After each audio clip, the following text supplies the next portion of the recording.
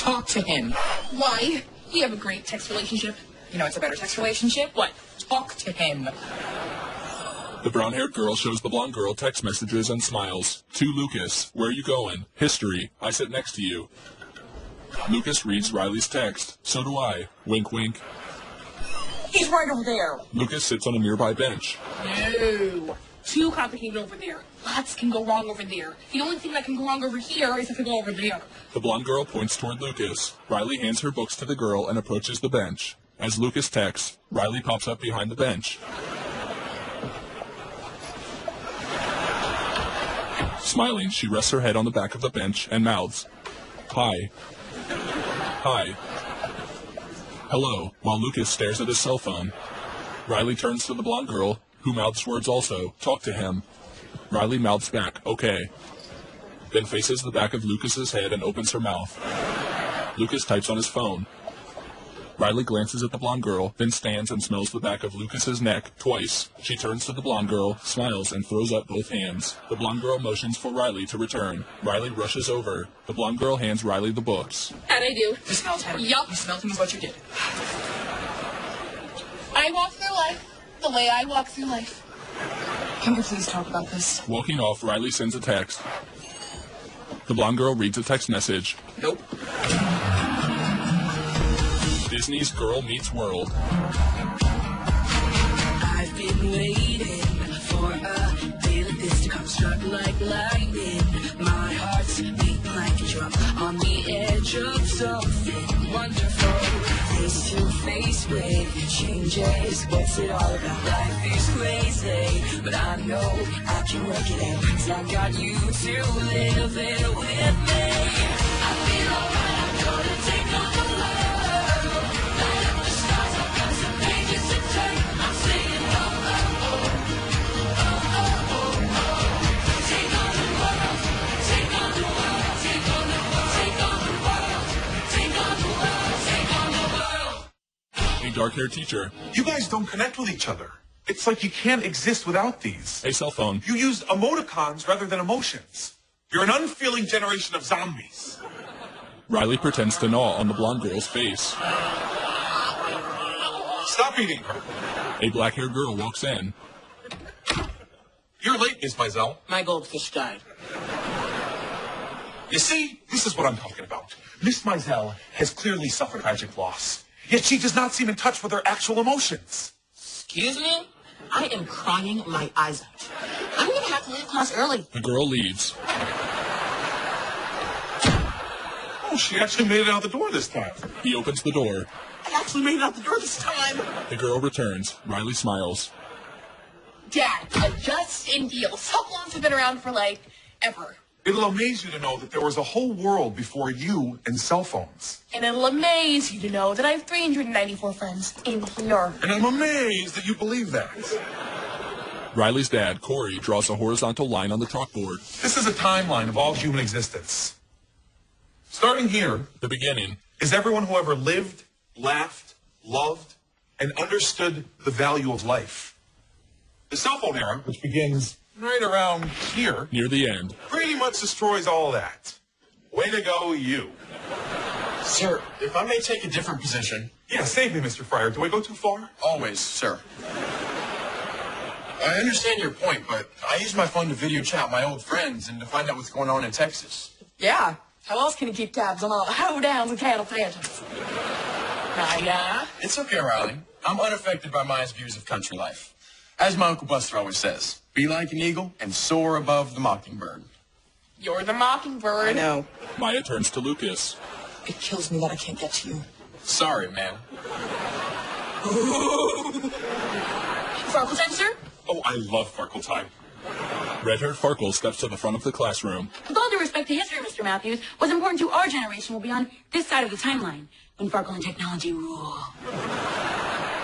And I will easily be able to make another one of you. Ow. And another one of you. Ow. Wait, so now there's 4 of us and 1 of you? That's awesome. The future, you can't escape it. I am Farkle. Farkle returns to his seat. Corey walks to the front of the class. The assignment. You can't escape it. I am teacher. Okay, so here's what we're going to do, guys. We're going to split into teams and discover whether or not new technology has made us better people. You'll do presentations on your findings. And here's a twist. No computers. What? We're going old school. You're going to do your research at the New York Public Library. Where? And here's another twist because I trust you not at all. Give me your cell phones. No. Yeah. I don't want my Come on, phone. hand them up, hand them up. The students give their phones to Corey. Thank you. Okay, so our teams for this assignment, Maya. Farkle sits on Maya's lap. What up? She pushes him off. And Riley, you will be with... No! He glances at Riley, then Lucas. No! No! Corey furrows his brow at Lucas. Why did you have to come here? Sorry to make you uneasy, sir. Dad, we don't even have our phones. I mean, what could possibly happen? Later, standing with Riley by the lockers, Maya stops Lucas as he passes. Hey, Soaring Eagle, you welcome to this library tonight? Sure, if that's good with you guys. Well, seeing as how you're Riley's partner on this assignment, I guess we should find out if it's okay with her. Riley? Riley stares at Lucas. Riley, any thoughts on this that might come out of your mouth in word form?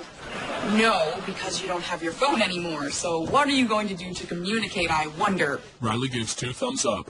Oh, look at that. 2 thumbs up from Riley. And a smiley face. Lucas smiles at Riley and walks off.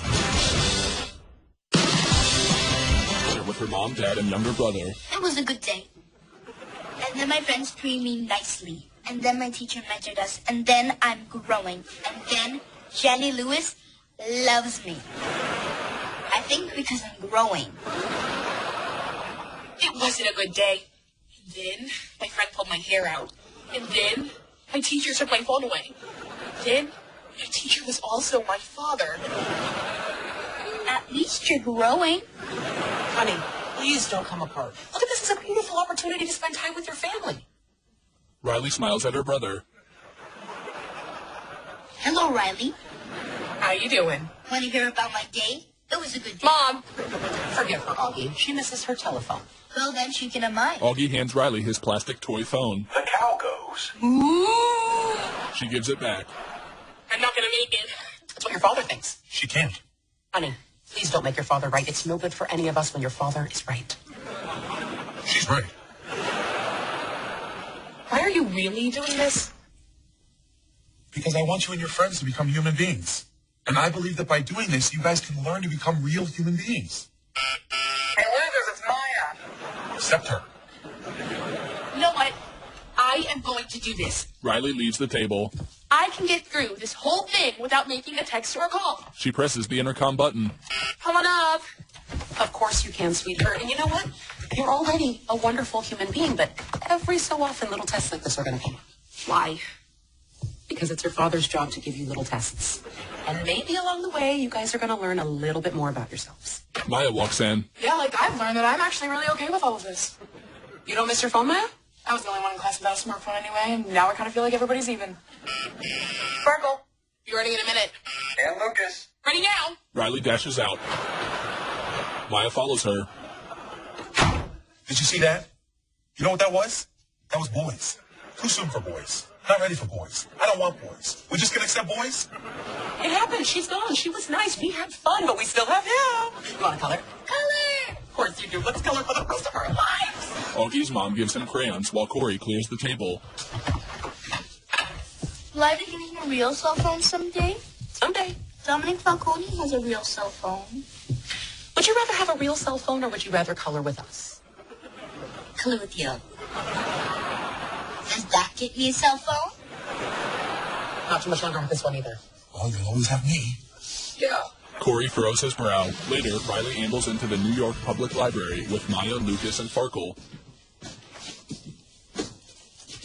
What is this place? This is where the ancients stored all of their wisdom. Look at all of those books.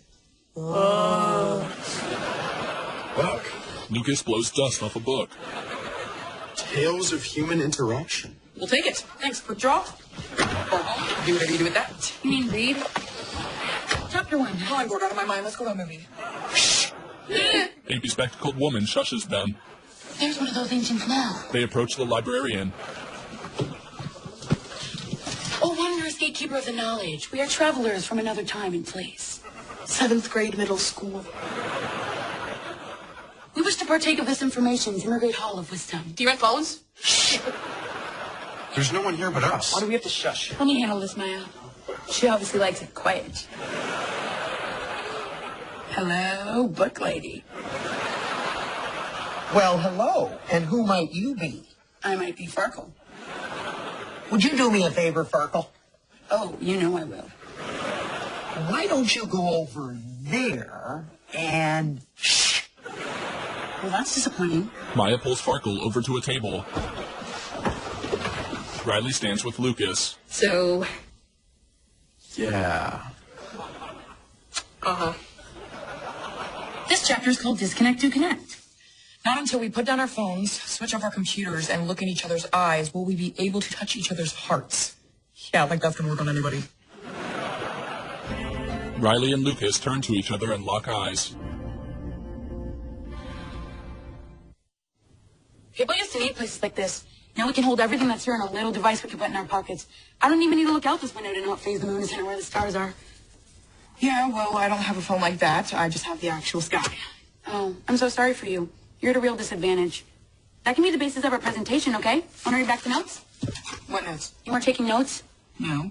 Yeah, why bother? Without a computer, all we have is a pencil and a pad. What could we possibly do with that? Farkle grabs Maya's pad and stares at her drawing of the moon over a city. I have no idea. Yeah. Neither did I. Riley and Lucas sit at a table with open books. My dad thinks that we have no idea how to talk to each other. What if he's right? Shh.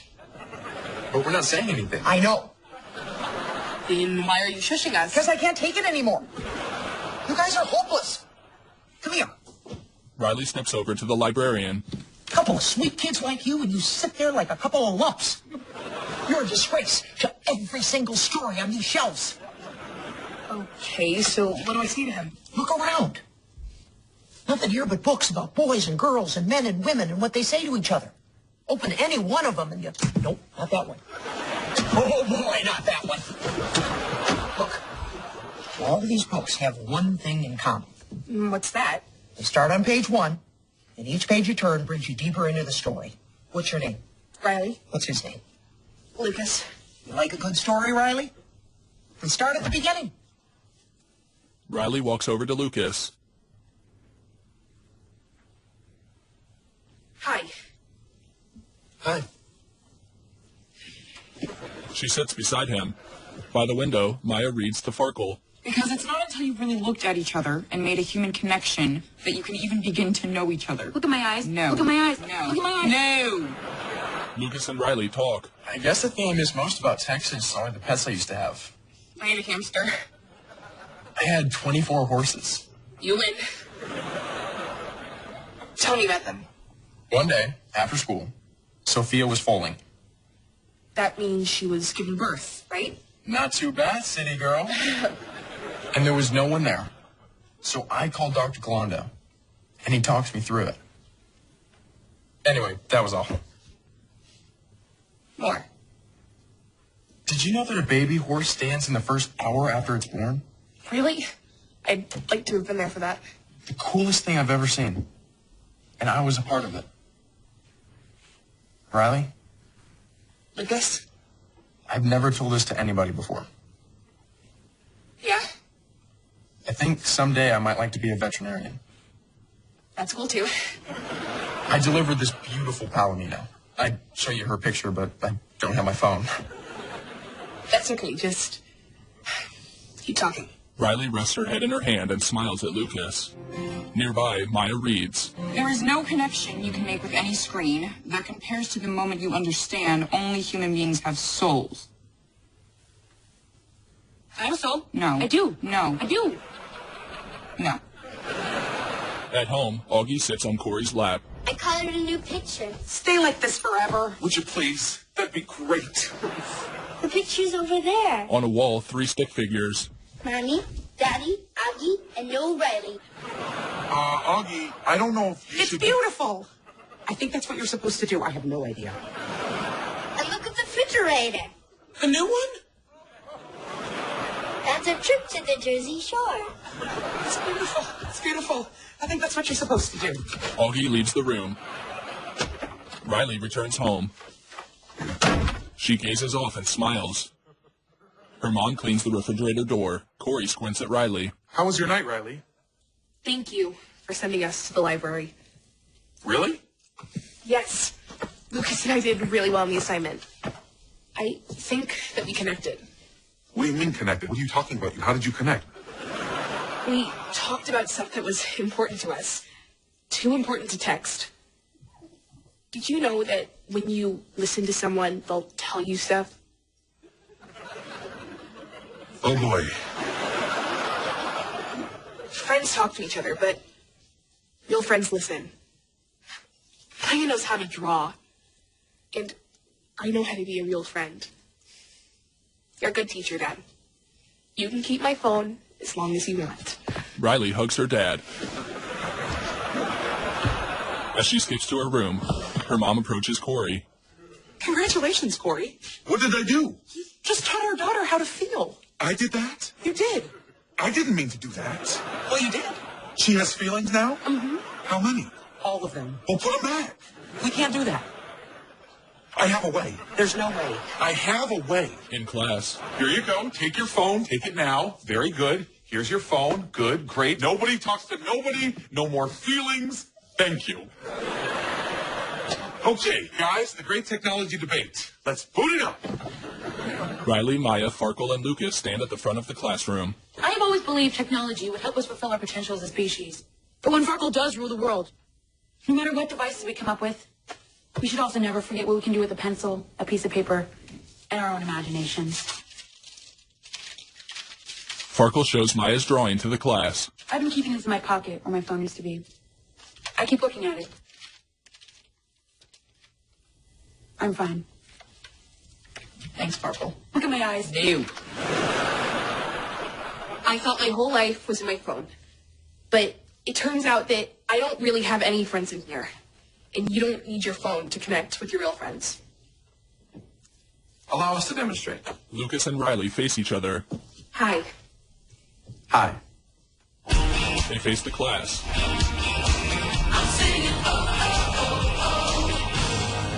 Later, at the library, Corey pushes books aside on a high shelf. I'm not that tall. He bends down and peers through books on a low shelf. Really? Corey moves books aside on a middle shelf and talks to Maya. How you doing? You will keep an eye on Riley at all times. You will send me message alerts. You will send me pictures. You're really scared, aren't you? I'm a father. Yeah. They're just friends. Believe me, I know the story. But you're forgetting I don't have the technology. Now you do. He places a box on the shelf. Maya walks around to Corey. She takes the box and pulls out a smartphone. You got me a phone? My motives are completely selfish. I'm not sure they are, Mr. Matthews. Well, I also got you these. Colored pencils? Yeah. You let me know everything that's going on with Riley. And if something beautiful ever happens, paint me a picture. Maya smiles as Corey leaves. A list of credits follows. Description created by NCI Described Media. Michael Jacobs Productions. It's a Laugh Productions.